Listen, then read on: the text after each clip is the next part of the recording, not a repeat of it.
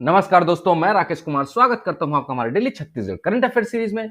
आज हम 8 से 9 दिसंबर के करंट अफेयर्स के बारे में चर्चा करेंगे। वीडियो की पीडीएफ प्राप्त करने के लिए आप हमारे टेलीग्राम से जुड़ सकते हैं, जिसकी लिंक आपको डिस्क्रिप्शन और कमेंट्स में दे दी गई है। साथ ही साथ इसी तरह की करंट अफेयर वीडियो देखने के लिए सब्सक्राइब करें हमारे इस यूट्यूब चैनल को। तो चलिए, पिछले वीडियो में हमने जो भी पढ़ा था उसका क्विक रिवीजन हम कर लेते हैं। तृतीय खेलो इंडिया सब जूनियर जूडो लीग प्रतियोगिता में छत्तीसगढ़ की हेमवती ने कौन सा पदक जीता है? रजत पदक जीता है। हाल ही में आयोजित हुए राउत नाचा महोत्सव कौन से क्रम का महोत्सव था? 46वें क्रम का महोत्सव था। छत्तीसगढ़ के रायपुर में स्थित हिदायतुल्ला राष्ट्रीय विधि विश्वविद्यालय को निम्न में से किसने संबोधित किया है? श्री जगदीप धनखड़ जी ने संबोधित किया है। छत्तीसगढ़ राज्य के गठन के बाद पाली ताना खाना विधानसभा क्षेत्र से पहली बार गोंडवाना गणतंत्र पार्टी से किसने जीत हासिल की है? तुलेश्वर सिंह मरकाम ने जीत हासिल की है। दुनिया के सबसे ऊंचे युद्ध क्षेत्र सियाचिन में तैनात होने वाली भारतीय सेना की पहली महिला चिकित्सा अधिकारी कौन बनी है? गीतिका कौल बनी है। हाल ही में भारत की तीसरी महिला ग्रैंड मास्टर कौन बनी है? वैशाली रमेश बाबू बनी है। हाल ही में किसे प्रतिष्ठित वाइस पुरस्कार से सम्मानित किया गया है? सफीना हुसैन को किया गया है। पिछले वीडियो का क्विज क्वेश्चन है कि छत्तीसगढ़ राज्य के कितने आंगनबाड़ी केंद्र मॉडल केंद्र के रूप में विकसित हो रहे हैं? 10,000 आंगनबाड़ी केंद्र मॉडल केंद्र के रूप में विकसित हो रहे हैं। चलिए, आज के पहले प्रश्न की ओर चलते हैं। आज का पहला प्रश्न है, लिंग आधारित भेदभाव घरेलू हिंसा पर ग्रामीण परिवारों में समझ विकसित करने के लिए भारत सरकार द्वारा कौन सी राष्ट्रीय अभियान प्रारंभ किया गया है? इसका सही उत्तर है ऑप्शन सी, नई चेतना जेंडर अभियान 2.0 प्रारंभ किया गया है। लैंगिक असमानता दूर करने भारत सरकार द्वारा शुरू की गई नई चेतना जेंडर अभियान 2.0 पर राज्य स्तरीय कार्यशाला का आयोजन किया गया। लिंग आधारित भेदभाव घरेलू हिंसा इत्यादि पर ग्रामीण परिवारों में समझ विकसित करने के लिए भारत सरकार द्वारा राष्ट्रीय अभियान नई चेतना जेंडर अभियान 2.0 प्रारंभ किया गया। 25 नवंबर से शुरू होने वाले इस अभियान का जो क्रियान्वयन है 4 दिसंबर से 23 दिसंबर तक छत्तीसगढ़ में भी किया जा रहा है। इस अभियान का टैगलाइन जो है ना, वो सहेंगी नहीं कहेंगे चुप्पी तोड़ेंगे है। ठीक है। अगला प्रश्न है, छत्तीसगढ़ में महतारी वंदन योजना के तहत विवाहित महिलाओं को कितने रुपए की वित्तीय सहायता प्रदान किए जाने की घोषणा की गई है? इसका सही उत्तर है ऑप्शन सी, 12,000 रुपए की वित्तीय सहायता प्रदान किए जाने की घोषणा की गई है। छत्तीसगढ़ की महिलाओं के कल्याण हेतु आर्थिक रूप से सशक्त बनाने के लिए केंद्रीय गृह मंत्री अमित शाह द्वारा रायपुर में घोषणा पत्र जारी करते हुए एक नई योजना को शुरू करने की घोषणा की गई है। इस योजना का नाम छत्तीसगढ़ महतारी वंदन योजना है। इस योजना के तहत छत्तीसगढ़ के प्रत्येक विवाहित महिला को 12,000 रुपए की वार्षिक वित्तीय सहायता प्रदान किया जाएगा।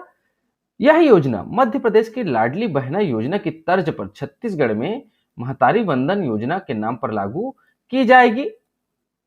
ध्यान रखिएगा दोस्तों, महतारी वंदन योजना है ना, महतारी वंदन योजना जो है, इसकी घोषणा जो केंद्रीय गृह मंत्री अमित शाह जी ने किया था। ठीक है। आपको यह भी पूछा जा सकता है कि महतारी वंदन योजना की घोषणा किसने की है? तो गृह मंत्री अमित शाह जी ने की है। ठीक है। और इसके तहत जो है ना, प्रत्येक विवाहित महिलाओं को 12,000 रुपए की वित्तीय सहायता राशि प्रदान किया जाएगा। अगला प्रश्न है, कोलकाता में आयोजित अस्मिता खेलो इंडिया महिला रैंकिंग चैंपियनशिप के सीनियर और जूनियर वर्ग में छत्तीसगढ़ से किसने स्वर्ण पदक जीता है? इसका सही उत्तर है ऑप्शन ए, ज्ञानेश्वरी यादव ने जीता है। छत्तीसगढ़ राज्य के राजनांदगांव की बेटी ज्ञानेश्वरी यादव ने पश्चिम बंगाल के कोलकाता में हो रहे अस्मिता खेलो इंडिया महिला रैंकिंग चैंपियनशिप के सीनियर और जूनियर वर्ग में गोल्ड मेडल जीता है।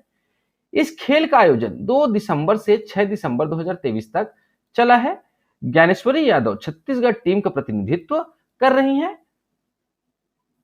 अगला प्रश्न है दोस्तों, इस प्रश्न में कंफ्यूजन था, जिसके लिए हमने इस प्रश्न को दोबारा लिया हुआ है।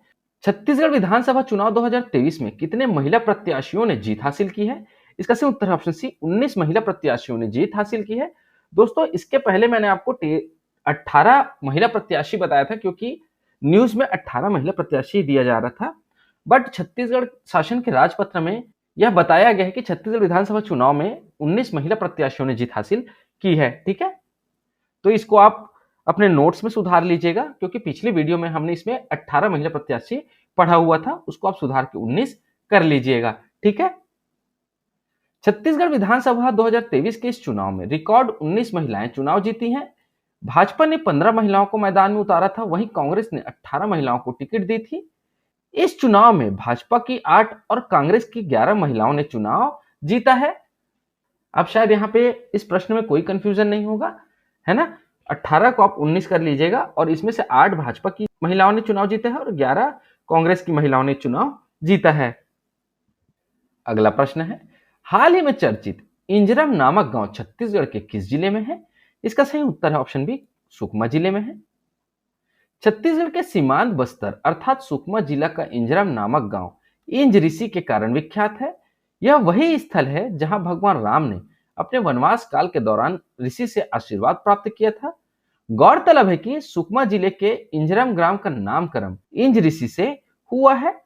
यहाँ विभिन्न देवी देवताओं के अलावा सप्त मातृका सहित इंज ऋषि की पाषाण प्रतिमाएं हैं और यहाँ हजारों मूर्तियां भी बिखरी पड़ी हुई हैं। अगला प्रश्न है, चालू वित्तीय वर्ष की दूसरी तिमाही जुलाई सितंबर के दौरान 15 से 29 साल की आयु वर्ग के बेरोजगारों में छत्तीसगढ़ कौन से स्थान पर है? इसका सही उत्तर है ऑप्शन सी, 5वें स्थान पर है। चालू वित्तीय वर्ष की दूसरी तिमाही मतलब जुलाई से सितंबर के दौरान 15 से 29 साल के आयु वर्ग में सबसे ज्यादा 33.9% बेरोजगारी दर हिमाचल प्रदेश में रही है। वहीं राजस्थान 30.2% की दर के साथ दूसरे स्थान पर रहा है। वहीं केरल चौथे नंबर है तथा छत्तीसगढ़ 5वें नंबर पर है।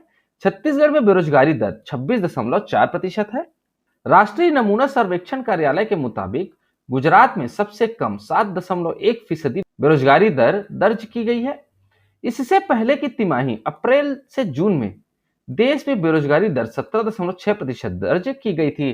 तो ध्यान रखिए दोस्तों, जो चालू वित्तीय वर्ष की दूसरी तिमाही है ना, जिसमें जुलाई से सितंबर, जुलाई अगस्त सितंबर इन 3 महीनों को लिया गया है, इसमें 15 से 29 साल के आयु वर्ग में सबसे ज्यादा जो बेरोजगारी दर है वो हिमाचल प्रदेश में है और इसमें छत्तीसगढ़ जो है वो 5वें स्थान पर है। ठीक है, चलिए आगे बढ़ते हैं।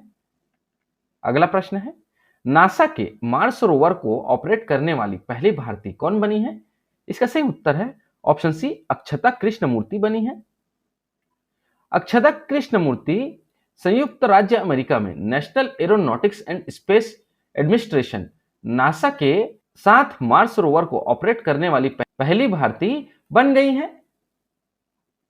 अगला प्रश्न है, निम्न में से किस राज्य के गरबा नृत्य को यूनेस्को के अमूर्त सांस्कृतिक विरासत की लिस्ट में शामिल किया गया है? 4 ऑप्शन दिए गए हैं। इसका सही उत्तर है ऑप्शन सी, गुजरात के गरबा नृत्य को यूनेस्को की विरासत में शामिल किया गया है। गुजरात के मुख्यमंत्री भूपेंद्र पटेल ने घोषणा की है कि यूनेस्को ने गुजरात के पारंपरिक गरबा नृत्य को अपनी मानवता की अमूर्त सांस्कृतिक विरासत की लिस्ट में शामिल किया है।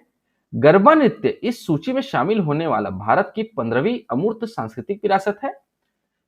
अगला प्रश्न है, तेलंगाना के नए मुख्यमंत्री के रूप में किसने शपथ ली है?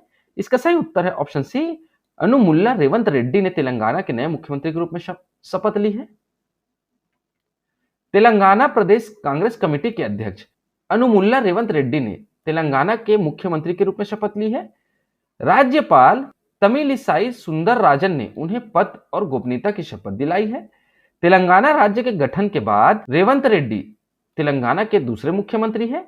वहीं चंद्रशेखर राव जो है तेलंगाना के पहले मुख्यमंत्री थे। ठीक है दोस्तों, ध्यान रखिएगा, एक प्रश्न इंपॉर्टेंट है क्योंकि तेलंगाना के गठन के बाद जो पहले मुख्यमंत्री बने थे वो के चंद्रशेखर राव थे और अभी जो रेवंत रेड्डी है ना वो तेलंगाना के दूसरे मुख्यमंत्री होंगे जिन्होंने अभी शपथ लिया है। ठीक है, अगला प्रश्न है, मिजोरम के नए मुख्यमंत्री के रूप में किसने शपथ ली है? इसका सही उत्तर है ऑप्शन बी, लालदुहोमा ने मुख्यमंत्री के रूप में शपथ लिया है। जीरम पीपुल्स मूवमेंट के नेता लालदुहोमा ने मिजोरम के मुख्यमंत्री के रूप में शपथ ली है। लालदुहोमा मिजोरम के 6ठे मुख्यमंत्री के रूप में शपथ ली है। ध्यान रखिएगा दोस्तों, लालदुहोमा कौन सी पार्टी के नेता हैं? जोरम पीपुल्स मूवमेंट पार्टी के नेता हैं जिन्होंने मिजोरम के मुख्यमंत्री के रूप में शपथ लिया है। ठीक है, चलिए आगे बढ़ते हैं। अगला प्रश्न है, सशस्त्र सेना झंडा दिवस प्रतिवर्ष कब मनाया जाता है?